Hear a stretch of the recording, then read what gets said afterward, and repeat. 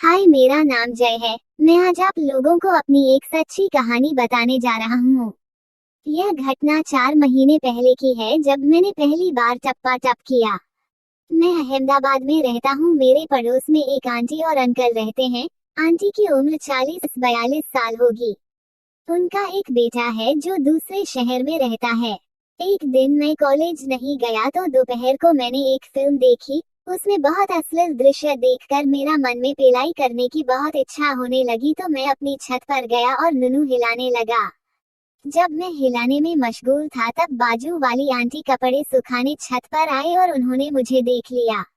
मैं घबरा गया और जल्दी अपनी जिप बंद की, नीचे चला गया और सोचने लगा कि आंटी मम्मी को बता देंगी। ऐसे ख्याल आते रहे और पूरा दिन बीत गया।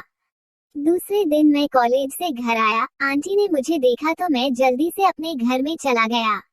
मैंने खाना खाया और टीवी देखने लगा। मम्मी बाजार चली गई। मम्मी ने बाजू वाली आंटी से पूछा बाजार चलने को, पर वो नहीं गई। यह सब मैं अंदर से सुन रहा था। थोड़ी देर बाद आंटी ने मुझे आवाज दी। मैं घबराता हुआ उनके पास गया तो उन्होंने मुझे दूध लेने भेजा। जब मैं वापस आया तो आंटी ने पूछा चाय पियोगे, तो मैंने मना किया। फिर उन्होंने मुझे पिछले दिन वाली बात के बारे में पूछा तो सर झुकाए नीचे देखता रहा। कुछ नहीं बोला, सिर्फ इतना कहा कि किसी को बताना नहीं। तभी आंटी मेरे पास बैठ गई और बोली, इस उम्र में सभी करते हैं, तुमने कोई गुनाह नहीं किया। राजेश, उनका बेटा, को भी मैंने एक बार देख लिया था, जब वो 12वीं कक्षा में था। मेरे तो होश उड़ गए कि आंटी इस उम्र में क्या बके जा रही हैं। उन्होंने मुझे कहा, मुझे थोड़ा काम है, तुम इधर बैठो। और वो टीवी चलाकर चाय बनाने चली गई। मैं टीवी देख रहा था। आंटी वापस आई और मेरे पास बैठकर टीवी देखने लगी।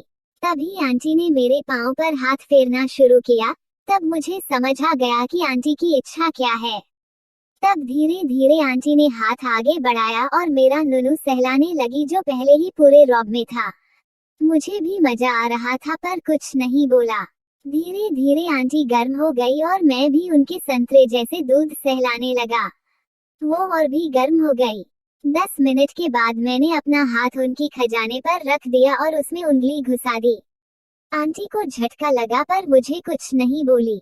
यह मेरा पहला अनुभव था, कभी छेद नहीं देखी थी। आंटी ने खजाने को एकदम साफ किया हुआ था। मैंने अश्लील फिल्म देखी थी, उस तरीके से मैंने उनकी खजाने पर जीभ रख दी और चाटने लगा। आंटी उछल पड़ी और मेरे नुनू को बाहर निकाल कर चाटने लगी।